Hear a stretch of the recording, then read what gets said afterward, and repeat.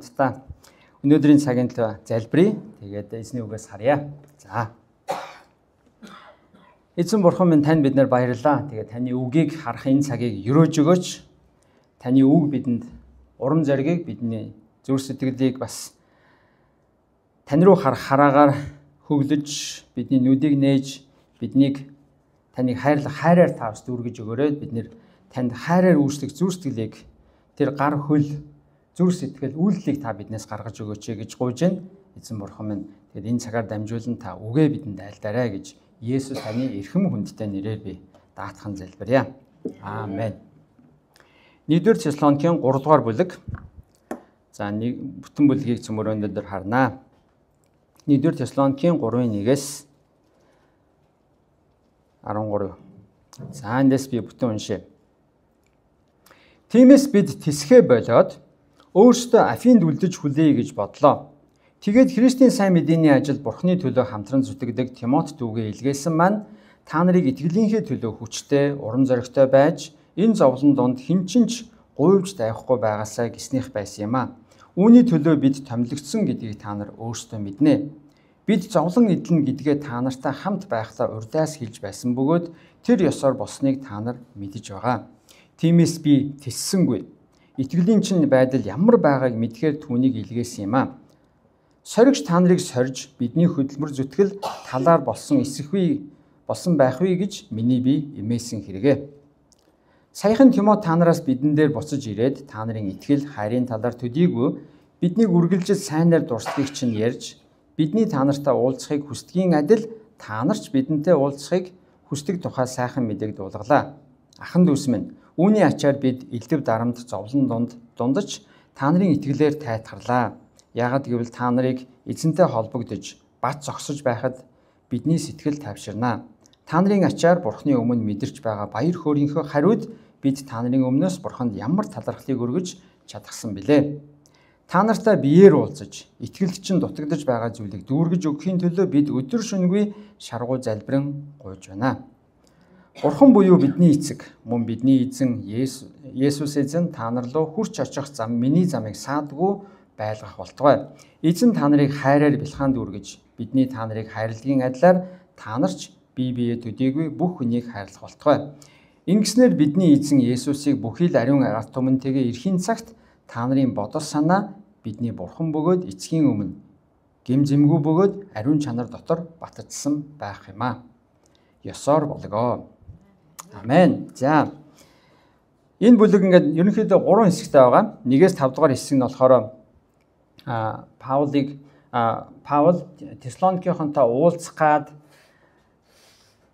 хичээсэн боловч түрүүчийн бүлгийн төгсгөл дээр хэлсэнтэй сатан бидний замыг хаасан, боосон учраас бид чадсангүй. Тийм учраас Тимотиг та нар руу илгээлээгээд тэгээд Тимотиг илгэхийн зорилгын тухай 1-5 дугаар ишлэлдэр байгаа. 6-аас 10 дугаар ишлэлдэр болохоор Тимот буцаж тэнд очичоод эргэж ирээд мэдээ өгж байгаа. Тэр мэдээ нь өөрийг нь ямар их баярлуулсан тухай. За тэгээд 11-ээс 13 дугаар ишлэл болохоор Паул энэ Тесалоник хотынхны төлөө залбирсан залбирал байна. Ийм үндсэн 3 хэсэг байна.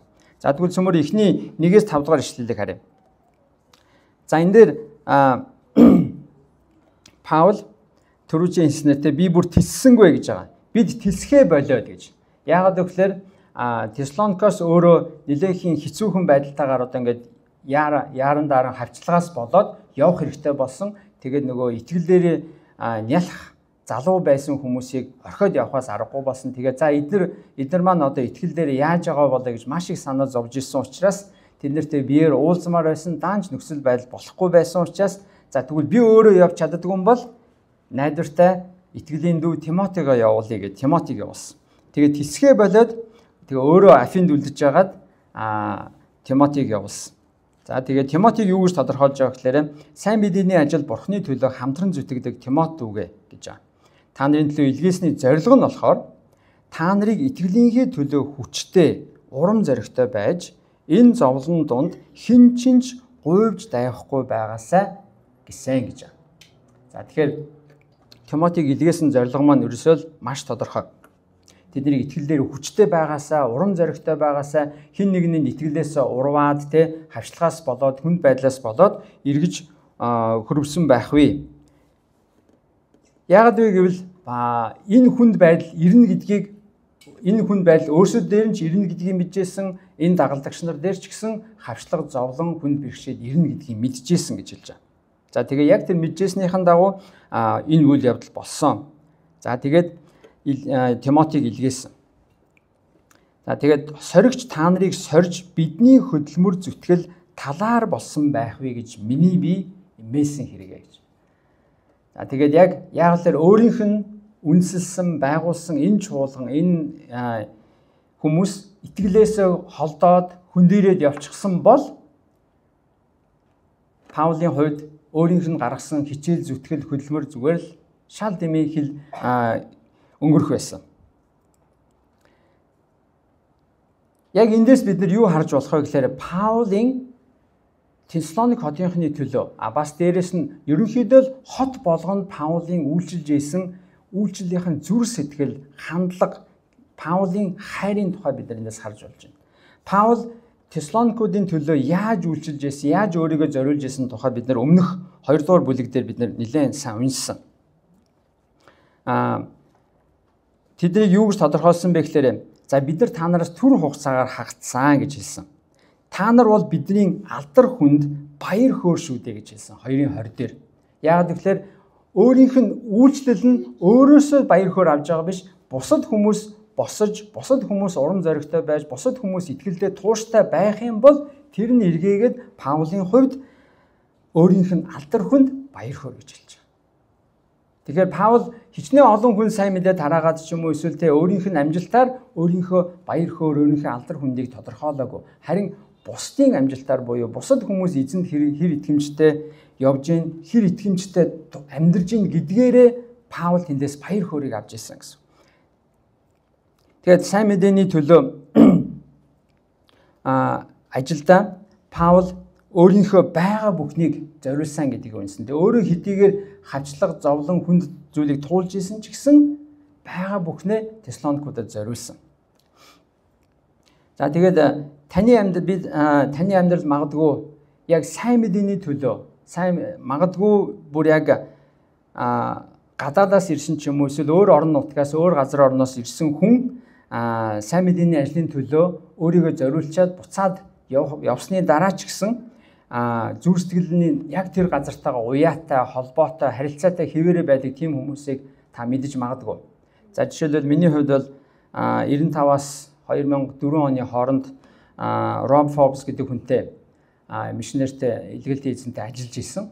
Тэгэхээр тэр хүнтэй 9 жил нөхөрлөж, найз нөхөд болж бүхэнсний сүм гэдэг сүмийг хамтран байгуулах тэр үйл явц миний хувьд бол маш тийм чухал. Намайг бас итгэлээр босгосон, намайг итгэлээр үндэслэгдэж бас ирээдүйн миний олон төрлийн юм дээр нэлээд хүчтэй суур болсон тийм үйлчлэлийн цаг байсан.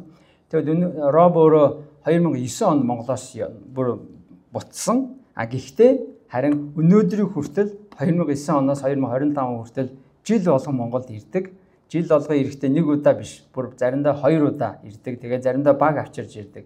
Тэгэхээр эндээс би юу хэлэх гээд байна гэхээр тэр хүн хэдийгээр өөрөө биеэр Монголоос явчихсан ч гэсэн монголчуудын төлөө гэсэн зүр сэтгэл нь хിവэрэ байдаг. Монголчуудын төлөө үйлчлээ, монголчуудад эзний сайн мэдээг хүргэе гэдэг хүсэл нь, тэр тэмүүлэл нь, хайр нь яг хിവэрэл байж байдаг. За яг тэрэн шиг миний мэдих бас нэг хүн бол Эрдэнэтэд Иесусийн чуулганыг байгуулсан Магнус Алфонс гэдэг ах байдаг. Магнус Мария гэдэг эхнэр нь Мария. За тэр хоёр бол бас 2001 он Монголоос буцсан.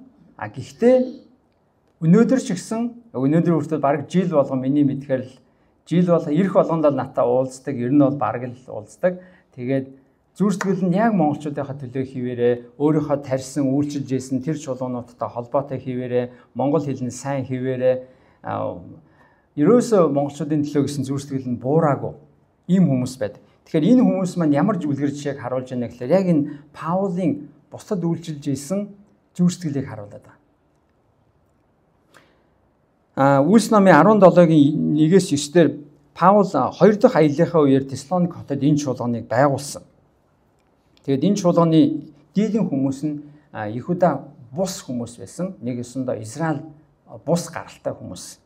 За тэгээд 17-гийн 10-аас 15 дугаар эшлэлээр харах юм бол Теслоник хотод амьдардаг Иудачууд энэ итгэлээр ирсэн хүмүүсийг хавчижсэн учраас Паул Силас хоёр маань тэндээс яах аргагүй явхаас өөр аргагүй болсон. Тэгээд 17-гийн 16-аас 34 дугаар эшлэлийг харах юм бол за тэгээд Паул эдрийн төлөө яг нөгөө хүүхдүүдэд нялх хүүхдүүдэд орхисон хүн шиг араас нь санаа зовж байгаа. Тэгээ бид нэр өнгөрсөн бүтэн сойдор 2 дугаар бүлгийг уншихдаа тийм Паулын зүйрлэлийн тухай уншсан. Тэрийг би дахиад нэг хэд хэдэн зүйлийг сэргээгээд хэлээд юм. За Паул ямар зүйлийг хэлжсэн бэ гэхээр хэдий ширүүн эсэргүүцэл байсан ч гэсэн сайн мэдээг та нарт би зоригтойгоор тунхагласан гэж хэлсэн. За миний зүрстгэлийн хандлага бол Бурхны өмнө зөв цэвэр байсан гэж хэлсэн. Нэг өсөндөө ямар нэгэн хувийн ашиг сонирхлын төлөө, өөрийгөө алдаршуулахын төлөө ч юм уу эсвэл өөрийнхөө нэр хүндийг өсгөхийн төлөө Паул Теслоникчуудад үйлчлээгүй, тэдний дунд чуулган тариагүй. Харин өөрийнх нь хандлага зүрстгэл нь Бурхны өмнө цэвэр байсан гэж. Тэгэхээр үнэхээр та бидний хичнээн нь за миний зүрх сэтгэлийн хандлага Бурхны өмнө цэвэр байсан гэж хэлж чадах бай. За энэ бол их үнэхээр маш зоригтой, үнэхээр цэвэр зүрх сэтгэлтэй л хүн Бурхны өмнө миний зүрх сэтгэл цэвэр байсан гэж хэлэх бах. Тэгээ бидний хувьд бол маш олон холимог ч юм уу эсвэл бас нэг жижигхэн ч гэсэн нэг тийм хувийн бас нэг сонирхол, хувийн нэр хүнд, хувийн янз янзын юмнууд холилчих гээд байдаг. Гэтэл харин Паул бол тийм Бурхны өмнө миний та нарт үйлчилж исэн зүрх сэтгэл цэвэр байсан шүү. Энд ямар нэгэн ашиг сонирхлын зүйл байгаагүй гэж хэлж. Би хүмүүсээс алдар хүндийг олохын тулд бус шунхай сэдэлгүй очисон гэж хэлж байгаа. 2-ын 5-аас 6 дээр. За 2-ын 7 дээр болохоор хүүхдээ асрах их хүн мэт айдуу зөөлөн би байсан шүү гэж. 2-ын 7 дээр. За их хүн хүүхдтэйгээ яаж зөөлөн ханддаг вүлээ? Тэрэн шиг би та нартаа маш зөөлөн хандсан. Та нарын асуудал, та нарын бэрхшээл, та нарын гуниг зовлонд би яг их хүн хүүхдтэйгээ ханддаг шиг зөөлөн байсан шүү. За дээрэс нь 2-ын 8 дээр Паулын эрхэм хайрт хүмүүс болсон. Өөрсдийгөө тэдний төлөө халуун сэтгэлээр зориулсан шүү гэж. Паулын хувьд энэ Теслоникчууд бол үнэхээр зүрх сэтгэлд нь уяатай, зүрх сэтгэлийн хувьд халуун ойр дотных нь хүмүүс болсон. За тэгээд энэ хүмүүст дараа болохгүй тулд би өөрийнхөө гараар би ажил хийсэн гэж. Би та нарт дараа болохын тулд би элч хүнийхээ хувьд та нараас шаардаж болох байсан. За би элч хүнийхээ хувьд та нар миний үндсэн хэрэгцээг хангаа, миний хоол ундыг, байрыг хангаа, би бусад юмыг өөрөө үйлчлээ гэж шаардаж болох байсан боловч харин би тэгээгүй. Би өөрийнхөө гараар өөрийнхөө амьдралын хэрэгцээ бүгдийг би өөрөө хангасан гэж хэлж байгаа Паул. Та нарт цэвэр ариун, зөв шударга, гим зэмгүй хандаж байсан гэж 2-ын 10 дээр. Тэгээд 2-ын 11 дээр үр хүүхдээ гих эцэг хүний сэтгэлээр хандсан гэж хэлж байгаа. За энэ дээр түрүүн өмнө нь болохоор их хүний айдуу зөөлөн сэтгэлээр хандсан гэсэн тэгвэл одоо энэ дээр эцэг хүн хүүхдтэй яаж ханддаг вэ? Яг тэрэн шиг би та нарт хандсан шүү гэж хэлж байгаа. Тэгэхээр эндээс ингээд харах юм бол Паул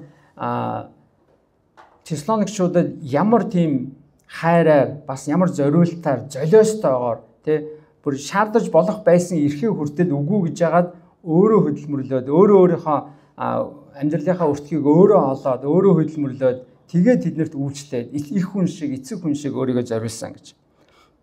Тэгвэл эндээс би нэг асуултыг тавья. Та ямар зүрх сэтгэлээр үйлчлдэг вэ? Бид нар Паулыг ямар зүрх сэтгэлээр үйлчилсэнийг харлаа тий. Тэгвэл одоо бид нар та жижигч бай, томч бай, чуулгандч бай, чуулганы гадуурч бай. Хаач хамаагүй. Би зөвхөн үйлчлэн гэхээр зөвхөн яг бүтэн сайдар ч юм уу эсвэл нэг эсийн бүлэг ч юм уу чуулгантай холбоотой талбарыг би яриаггүй шүү. Таны амьдрал дээр байгаа бүх талбар дээр та ер нь ямар сэтгэлээр үйлчлдэг вэ? Паул шиг ийм зүрх сэтгэлээр үйлчилж гэнэ үү? Эсвэл ер нь нэг жоохон өөрийнхөө ашигын төлөө, өөрийнхөө нэр хүндийн төлөө, амбицийн төлөө явж гэнэ үү? Харин Паул шиг, их хүн шиг, эцэг хүн шиг өөрийгөө золиослоод, өөрийгөө даахын төлөө бусдад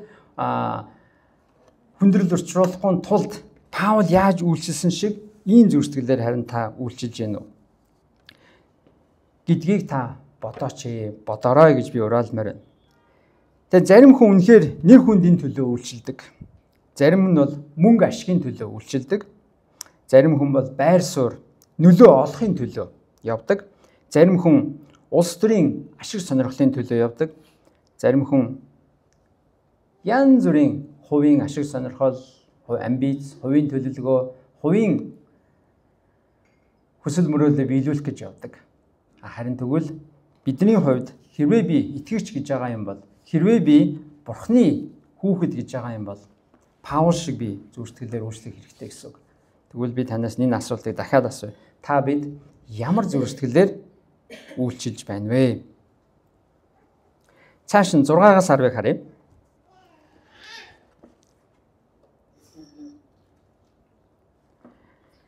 Зургаас 10 дээр саяхан Тимот та нараас бид нар дээр буцаж ирээд та нарын итгэл хайрын талаар төдийгүй биднийг үргэлж сайнаар дурсхийг чинь ярьж бидний та нартай уулзахыг хүсдгийн адил та нарч бидэнтэй уулзахыг хүсдэг тухай сайхан мэдээг дуулгалаа гэж. Тэг үнэхээр маш их санаа зовж исэн, маш их яасан болоо, яаж байгаа болоо гэд өөрөө очиж чадахгүй байгаа хүмүүсээс нь мэдээ ирсэн. Тэр мэдээ нь харин сайхан мэдээ байсан. Ямар мэдээсэн гэвэл тэр Теслоникчууд өөрийг нь хайрладаг хэвээрээ, итгэл дээрээ тууштай хэвээрээ, дээрэс нь Паултай дахиад уулзахын сан гэж хүсдэг хэвээрээ байсан. Тэрийг нь сонсоод Паул үнэхээр их баярлсан. За эндээс Паул ер нь Теслоникчуудын төлөө зүгээр л ерөөсөө амьдралаа зориулсан, амьдралаа бүр асгаад, зориулаа, золиос шиг, өргөл шиг, дахир шиг ингээл бүхнээ зориулсан байгааг нь бид нар харж байна. Тэгвэл хүн ер нь амьдралаа зориулсан юмаа үнэлдэг. Цагаа гаргасан юмаа хүн үнэлдэг. Зориултаа гаргасан юмаа хүн үнэлдэг. Золиосоо гаргасан юмаа хүн хайрладаг. Тийм юм гаргаагүй юмыг хүн бол нэг хайрладаг. Алдчихлаа гэж. Надаас нэг юм гараагүй маа гэдэг. Харин тэгвэл Паул үнэхээр зүрх сэтгэлээ зориулсан учраас, хайраа зориулсан, цагаа зориулсан, амьдралаа зориулсан учраас энэ Теслоникчууд амьд байх нь бүр амьдтай бүр итгэл дээрөө бүр тууштай, зоригтой, итгэлтэй байх нь Паулийн хувьд маш чухал байгааг харж. Тэрэн шиг та бид нар юунд би цагаа, зориултаа, амьдралаа зориулж байна гэдэг асуулт маш чухал асуулт. Тэгээ би амьдралаа зүгээр л нэг өөрийнхөө ашигын төлөө ч юм уу, эсвэл өөрийнхөө нэг хувийн амбицийн төлөө зүйл зарцуулж гэнэ үү? Эсвэл би мөнхөд ашигтай, мөнхөд үнэхээр үнцэнтэй гэж тооцогдох зүйлийн төлөө би зарцуулж гэнэ үү гэдгийг бодох маш чухал байна.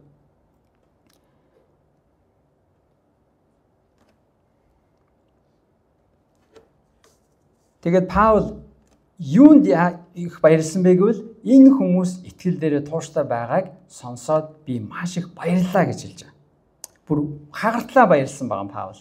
Яг л өөрөө очиж чадахгүй, уулзаж чадахгүй. Гэхдээ энэ хүмүүс яг тууштай хэвээрээ өөртөө уулзахыг хүсдэг хэвээрээ байгааг сонсоод би баярлалаа. Тэгээд би бас тайтгарлаа гэж хэлж байгаа.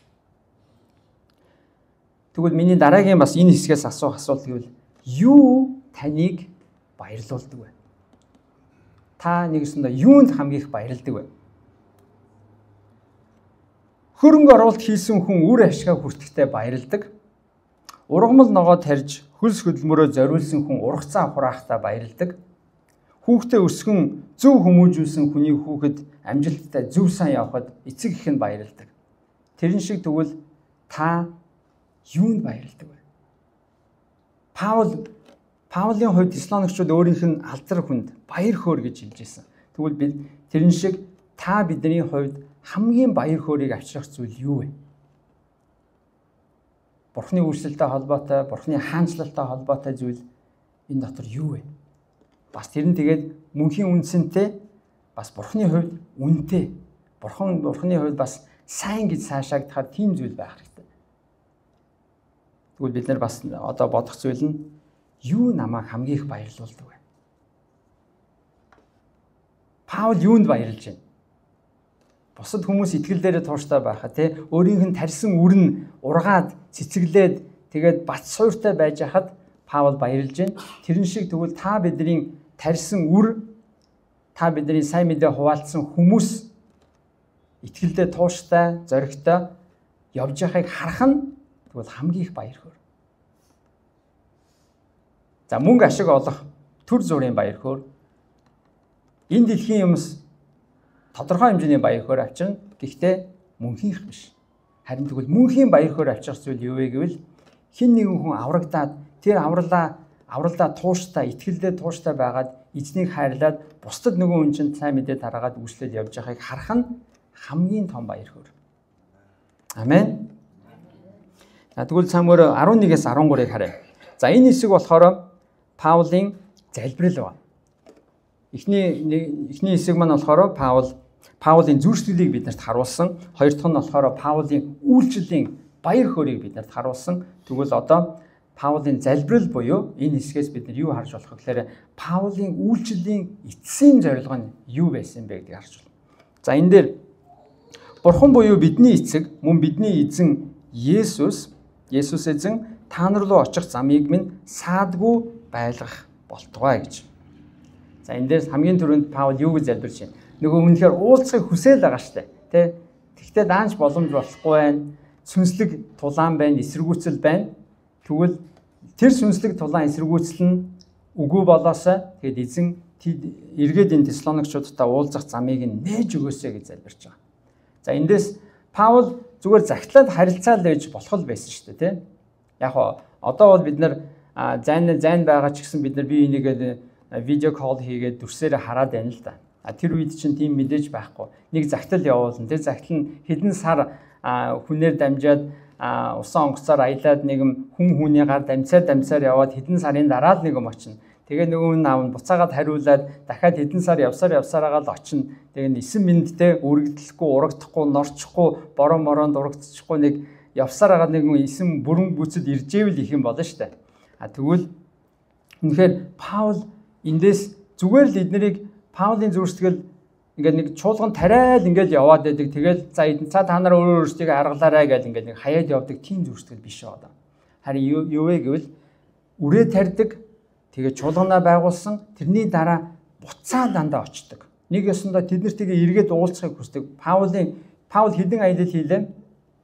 3 аялал хийсэн те. Ерөнхийдөө тэр бол дандаа нөгөө нэг чуулгануудаа эргэж тойрох ажил хийгээд байгаа. Эргэж буцаа нөгөөдөлдөө очиод тэднийг эргээд та нар яаж ийж ийн гэсэн нөгөө халамжлах ажлыг хийгээд байна.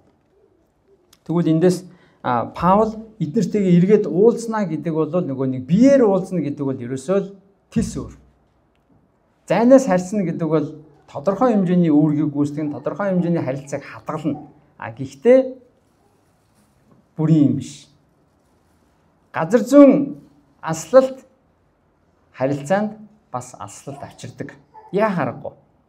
Тийм учраас бид нар ялангуяа бид нар энэ чуулганд байгаа. За гэр бүлүүд байгаа бол та нар эхнэр нөхөр аль нэг нь салж төрүүлж ингэж гадаад мадаад явахгүй тэр хэрэггүй тэ газар зүүн аслалт гэдэг бол тэгэл цаашдаа зүгээр л салах эхлэлээ хүн дээрх эхлэлээ тавьж байгаа шүү гэж бид нар бол маш хатуу хэлдэг. Тийм учраас ерөөсөө аль нэг нь төрүүлж гадаад явахыг ерөөсөө урамшуулдаггүй. За та нар маш эрсдэлтэй юм хийж байгаа шүү гэдэг. Явах юм бол цуг явахгүй бол зүгээр л цуг эндээ бай. Тэрэн дээр зүгээр аль нэг газараа зунгаарлаад хэцүү ч гэсэн хамаагүй ингээл хэлхэлдэл цуг байжээс нь илүү жаргалтай, илүү зөв. Яг тэр шиг үнэхээр бид нар тэр Паулийн эндээс биеэрээ уулзна гэдэг шиг бид нар биеэрээ уулзах маань ерөөсөө маш ач холбогдолтой. Бид нар одоо нэг ковидын дараа бид нар би онлайнаар хийчих, онлайнаар уулзчих гэдэг нэг тийм нэг талдаа хөнгөвчлөд байгаа боловч нөгөө талдаа бид нарыг шалтгаан гаргах юм болгочод байгаа. Тийм учраас би одоо энэ үйлчлэлийн жил эхлэх гэж байгаа учраас одоо маргааш 9 сарын 1 хичээл эхлэн, сургуулиуд эхлэн, үйлчлэлүүд эхлэн, эсийн бүлгүүд эхлэн. Тийм учраас та бүхнийг биеэрээ уулзах гэдэг зүйлд ерөөсөө шал өөр тэнд харилцаан динамик ажилладаг шүү. Биеэрээ уулзахад зүгээр л биеийн хилэмжээс нь л бид нар маш их зүйлийг мессежээ биеиндээ өгчөж байгаа. Бид нар биеэрээ уулзна гэдэг чинь л маш их зүйлийг бид нар биеиндээ ойлгуулж байгаа. Тийм учраас биеэрээ уулзах зүйлийг ерөөсөө битгий орхигдуулаарай. Тэгээ еврейчүүд номдэр би хэлсэн байдаг те. Та нарын зарим нь одоо биеэрээ уулзах бүр ингээд нэг сулаан тогтмол хийхийг бүр хаяад орхигдуулаад тэрийгэ зүгээр хэвийн юм шиг болгоцсон тэр зүйлээ болоорой гэдэг. Яг тэрэн шиг цөмөрөө Паул үнэхээр яг би та нарт биеэрээ л очимоор хэдийн надад захид ирсэн. Би Тимотиг явуулсан, Тимотандаа сайн мэдээ иргэсэн, дуулгасан би баяртай байна. Гэхдээ л би биеэрээ очимоор байна гэж байна шүү. Яг тэрэн шиг бид нэр биеэрээ уулзах уулзалтыг, биеэрээ нөхөрлөх, биеэрээ биентэйгээ хамт байх, итгэлийн ахын дус хамт байх цагийг байн гаргах хэрэгтэй. Энэ дээр ерөөсөө бид нэр хичнээн бүглэрэлтэй ч гэсэн хичнээн хүндрэлтэй ч гэсэн яаж хийж байгаа төлөвлөө зохицуулаад ойр ойрхоноороо ч юм уу тийм бид нар энэ биеэрээ уулзах гэдэг зүйлийг ерөөсөө орхидуулж болохгүй. Энэ далмыг ашиглаад яг энэ Паулийн юун дээр биенийг хилчий гэж бодсон. Тэгэхээр та бүхэн бас энэ шинэ жилээр онлайн гэдэг зүйлийг багасгаад харин офлайн гэдэг буюу тийм онлайнаар биш яг биеэрээ хэлбэрлүү улам илүү хичээгээрэй. Яагаад гэвэл биеэрээ уулзна гэдэг нь ерөөсөө л харилцааг тис өөр төвшөнд аваачдаг, тис өөр хэлбэрт хадгалж өгдөг. За дараа нь Паул юу гэж залбирсан бэ гэвэл эзэн та нарыг хайраар бэлхаанд үргэж бие биеэ бас бүх хүнийг та нар хайрлах болтугай гэж залбирсан. За Паулийн залбирал ер нь бол мэдээж маш олон сэдвтэй янз янзын тэндээс хэлж болно, аяж татаж болно. Харин яг энэ Теслоникчуудын төлөө Паул юу гэж залбирсан бэ гэвэл та нар хайраар л дүүрээрэй гэж хэлсэн. Бие бинийгээ хайрлаарай. Та нар тэгээ бас зөвхөн бие биенийг хайрлаа зогсохгүй бусдыг буюу итгэдэггүй хүмүүсийг хүртэл энэ нийгэмд байгаа хүмүүсийг энэ бусад хүмүүсийг та нар бас хайрлаарай гэж. Тэгээд яагаад ингэж хэлсэн бэ гэвэл Паулийн өөрийнх нь хайрын үлгэр дуурайлыг та нар харсан гэсэн утгыг таанд яваад байна. Паул өөрөө тэднэрт яаж хайраар, золиосоор, зориулалтаагаар үйлчилсэнийг та нар харсан. Тэгвэл яг тэр жишээгээр, тэр үлгэр дуурайлаар та нар бусдад үйлчлээрээ, бусдыг хайрлаарай гэж. Тэгэд үнэхээр итгэж хүмүүсийг тодорхойлох хамгийн нэг тод чанар бол ерөөсөө хайр. Бусдыг хайрлах хайр. Бид нар агуу итгэлтэй байж болно, агуу мэдлэгтэй байж болно, агуу зөндөө олон зүйлээр байж болно. Гэхдээ үнэхээр энэ дотроос хамгийн агуу нь юу вэ гэвэл хайр. Итгэгч хүнийг энэ хүн Есүст итгэдэг юм байна. Энэ хүн Бурхныг таньсан хүн байна. Энэ хүн үнэхээр Бурхны нэгүслийг, Бурхны хайрыг таньсан хүн байна гэдгийг нь тодорхойлох хамгийн том тодорхойлолт бол ерөөсөө хайр.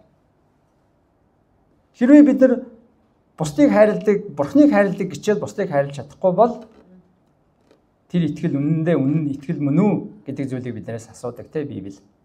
Тэгвэл яг энэ дээр хэлснээр та нарын Бурхан та нарыг хайраар бэлхаан дүүр гэж бие бас бүгдийг хайрлах болтугай гэж би залбирч байна гэсэн. Паулийн залбирсан 3 дахь зүйл нь гэхээр Есүсийг эргэн ирэхэд та нарын бодол санаа гим зэмгүй ариун чанар дотор батжсан байх болтугай гэж. Нэг ёсондоо Паул энд ямар хизээний зүйлийн тухай залбирж байна гэхээр зөвхөн энэ дэлхий дээр цаг биш. Бүр яг эзний ирэх үед буюу эцсийн цаг үед бүр амьдралынх нь эцсийн итгэгчдийн амьдралын цэг болоход энэ хүмүүс эзний өмнө цэвэр ариун, эзний өмнө ариун, эзний өмнө бас итгэлээрээ батжсан. Яг энэ тууштай чанартай хിവэрээ эзний өмнө цаашаагдаад эзний өмнө үнэхээр цаашаалыг аваасаа гэдэг зүйлийн тухай ярьж байна. Зүгээр нэг энэ дэлхий дээр амжилттай амьдраасаа гэдгийн төлөө Паул залбираагүй бахан тий. Тэгвэл та нар эзнээр цаашаагдах хүртэл эзэн та нарыг хараад сайн байна. Эзэн та нарын амьдралыг хараад зөв, цэвэр, гим зэмгүй чи сайн байна гэж хэлж чадхаар тэгж амьдраарай гэж. Нэгсэндээ яг тэр бүр эцсийн цэгийг харж агаад Паул залбирч байгаа. Итгэжтийн энэ дэлхий дээрх амьдрал буюу эзэнтэй уулзах тэр цэгийг харж агаад тэр цэг хүртэл та нар явна шүү. Тэр цэг хүртэл тэр цэг дээр л дүн тавигдана шүү. Тэр цэг дээр дүн тавигдахад та нар эзэн та нарыг хараад та нарын амьдрал ариун, гим зэмгүй, итгэл чинь баттай байна гэж эзэн та нарыг сайшаахаар байгаарай гэж энэ Паул залбирч байгаа. За тэгээд үнэхээр бид нэр өмнөх бүлгээс харсан те Паулийн хувьд Теслоникчууд бол тэдний баяр хөөр өөрийнх нь алдрын титмэн нь бол Теслоникчууд. Нэгсэндээ бусдад өөрийнх нь тарьсан үрэн амжилттай байж итгэл дээрээ тууштай байх юм бол Паулийн хувьд баяртай байх нь байна. Паулийн хувьд тэр үл ерөөсөө шагналал нь тэр байна. За тэгвэл энэ 3 дахь хэсгээс миний тавих асуулт юу вэ гэвэл та бусдын төлөө юу гэж залбирдаг вэ? Би тавьсан 3 асуултаа асууя. Энэ бол таныг өөрийнхөө амьдралыг, өөрийнхөө үйлдэлийг бодоход туслах асуултууд байгаа. Эхнийх нь та ямар зүрх сэтгэлээр бусдад үйлчилдэг вэ? Хоёрдугаарт нь та юу таныг хамгийн ихээр баярлуулдаг вэ? Гуравдугаарт нь та бусдын төлөө юу гэж залбирдаг вэ? Бид нар бас залбирлаа бодох хэрэгтэй. Оновчтой бид нар залбирах хэрэгтэй. Яг л эзэн бидний залбирлыг сонсож байгаа. Эзэн бидний залбирлын дагуу хариулна. Тийм учраас бид нар үнэхээр за яг ингэж залбирая. Яг ингэж залбирвал эзэн тааламжтай юм байна. Ингэж залбирвал илүү оновчтой юм байна гэж бодож та залбираарай. За тэгээд төгсгөлд нь та бүхнийг бас үнэхээр бид бүгдийн одоо амьд үлийнхний сайн мэдих Марк Жил 2-ын жишээг би бас дахин дурдмаар байна. Тэгээд Марк Жил 2 маань Монголд за миний мэдхээр 92 онд ирсэн. Тэгээд 33 жил за 32 жил баг Монголд үлдсэн. Дундуур нь яг өөр Монголд эдэрт байсан. Үнэхээр монголчуудад хайртай, монголчуудын төлөө зүрстгэл нь цохилсон хിവэр, өнөөдөр ч гэсэн хിവэрэ. Харин намар бас ирнэ гэж хэлсэн 10 сар. Тэгээ бид нарыг Австрал руу нүүрснээс хойш одоо манай гэр бүлийн төлөө үнэхээр санаа тавьж байгаа. Энд байхдаа санаа тавьдаг байсан. Бидний төлөө байнга залбирдаг. Манай хүүхдүүдийн төлөө залбирдаг. Яг л манай хүүхдүүдийг нөгөө соёлын нэг юм гадаадд өссөн Монгол ихэд Монгол жимшиг, үгүй жимшиг, тэгсэн мөртлөө гадаад жимшиг, гадаад биш жимшиг нэг тийм хоёрын хооронд болчихсон тийм хүүхдүүд гэдгийг нь ойлгодог учраас манай хүүхдүүдийн төлөө үнэхээр залбирдаг тийм гэр бүл. Тэгээд өнөөдөр ч гэсэн Марк Жил 2 маань манай гэр бүлийн төлөө залбирсаар байгаа. Тэгээд бидний Австрал руу нүүрснээс хойш одоо бид нар дээр 2 удаа очичод байгаа. Тэгээ 2 удаа очихдоо яг манай гэрт ирээд яг бид манад байгаад битэрт үйлчлээд байгаа. Битэр заримдаа хоол хийж өгнө. Та хоёр ингээ сайхан бай. Бит хоёр өнөөдөр хоол хийн гэх. Тэгээд өөр нөгөө хөөрхий жил чинь нөгөө гурил глютен идэж болдгоо штэ. Глютен амар харшилтай. Ойртуулж ерөөсөө болдоггүй. Тэгээд өөрийнхөө глютен хэргэлдэггүй аяг тавг, хариулын тавга чамдаандаа хийгээд авчираад өөрийнхөө тэр хоолны орс морсоо бүгдийг нь хоол болоо бэлдээд өөрийнхөө иддэг хоолыг хөлдөөгөөд тэгээд чамдаандаа хийгээд хөрхи авид ирдээ. Тэгээд тэрийг идээд тэгсэн мөртлөө битээр үйлчлээд яг үнэхээр илгээлтийн эзэн хүн нэгэ үйлчилж байгаа юм шиг те. Битээрт нэг нэрээ битээр чи илгээлийн талбар дээр байгаа юм биш те. Битээр чи илгээл хийгээд байгаа юм биш те гэж бодтол үйлчилж байгаа байхгүй юу. 2 удаа тэгж ирсэн. Тэгээд үнэхээр бидний төлөө санаа тавиад залбираа за яаж нээж гэд санаа тавьдаг залбирж байгаа хിവэрэ. Тэгээд яг түрүүний энэ Паулийн зүрсгэлийг үлгэрлж байгаа, Паулийн зүрслэлийг харуулж байгаа та бидний мэдих хүмүүс бол бас Марк Жил шүү. Тэгээд та нарын зарим нь бас мэднэ, та нарын зарим чинь төлөө бас нэлээд дотгодлчлон залбирдаг тим гэр бүл байгаа. Тэгээд намар бас ирнэ гэж хэлээ. Тэгээд ирэх хичээлийн жилд бас манай дахиад ирье гэсэн. Тэгээд эрэхтэй зүгээр л биднэрт үйлчилждэг. Тэгвэл хамт байгаад хоол идэл тэгэл гараал ороод ингээд бидний төлөө залбирал та нар яаж ийн энд үйлчлэхэд ямар байна яаж ийн нээж ийн гэдэг үнэхээр зүгээр л бидэрт үйлчил залбирч бидний зовлон сонсож өгж байгаа тэгэл өөртөө яваад өгдөг тийм сайхан гэр бүл байгаа. Тэгээд Паулийн зүрстгэлийг маш сайхан үлгэрлэдэг. Тэгээд биднэрт үйлчлэн гэдгийг жинхнээр нь утгаар нь харуулдаг тийм сайхан гэр бүлээ. За тэгээд би 3 хэлсэн зүйлээ дахин сануулад өндөрлөе. За Паулийн үйлчлэлийн зүр сэтгэл бол үнэхээр өөрийгөө зориулсан тийм зүр сэтгэл байсан. Тийм учраас тэр нь өөрийнх нь хувьд хамгийн үнцэнтэй, хамгийн нандин байсан. Хоёрдугаарт нь Паулийн үйлчлэлийн баяр хөөрн итгэж хүмүүс байсан. Өөрийнх нь хувийн ашиг сонирхол, хувийн зорилго ерөөсөө биш, харин итгэж хүмүүс итгэл дээрээ тууштай байх нь тэр хоёрыг хамгийн их баярлуулж байсан.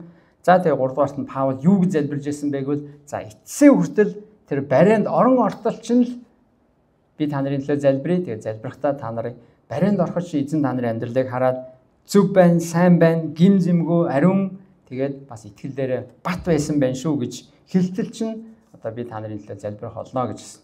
Тэгвэл бүгдээрээ бас бусдын төлөө залбирахдаа ингэж залбирчээ. Бусдын төлөө үйлчлэхдээ Паулийн зүрстгэл шиг ийм зүрстгэлээр үйлчлээ. Тэгээд үйлчлэлийн шинэ жил эхэлж байгаа энэ үед цөмөр үүнийг бас саная. Тэгээд Паул яаж үйлчилж байна те Фессалоникийнханд яаж хайраа зориулаад тэднийг яаж хүсэмжилж бүрсэн бүр тисэн ядан бүр уулзахыг тисэн ядан хүлээж байгаа шиг те та нар ч гэсэн бас эсийн бүлгийнхантайгаа чуулганыхантайгаа бусад хүмүүстэй бүр тэгж уулзахыг тисэн ядан хүлээдэг болтлоо бүр тэгж хайраа бүхнээ зориулаарай гэж урамшуулъя. За тэг хамтдаа залбирая.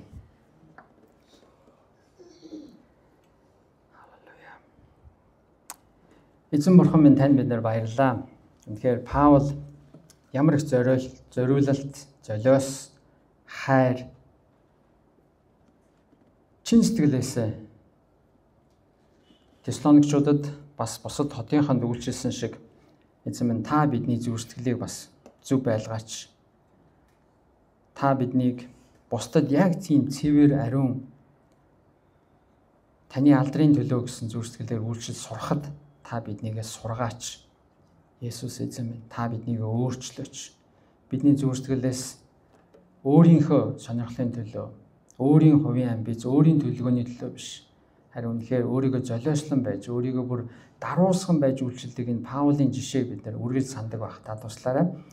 Есүс эзэн минь та бас үйлчлэлээс бид нар бас тэр баяр хөөргийг харж, бусад хүмүүс итгэлээрээ тууштай байхын төлөө түүний төлөө ажилдаг байхад та туслаарай. Тэгээд бид нар бас бусдын төлөө оновчтой зөв залбирдаг байхад эзэн минь та бидний залбирлыг хөтлөөрөө бас дагуулаарай. Бид нар бусдын төлөө хэрхэн яаж залбирах ёстойг та бидэнд харуулаач. Биднийг бас бусдын төлөө залбирдаг байлгаж өгөөрэй. Бидний зүрх сэтгэлийг ихээр даруухан байлгаж та бидний амьдралд ажиллаач. Бидний зүрх сэтгэл, бидний сүнсний мэлмийг та нээж өгөөрэй. Та өөртөөгөө биднийг ойр байлгаач. Эзэн минь ээ тэгээд Паулын зүрх сэтгэлийг бид нар үргэлж санаж даган дуурайхад та туслаарай.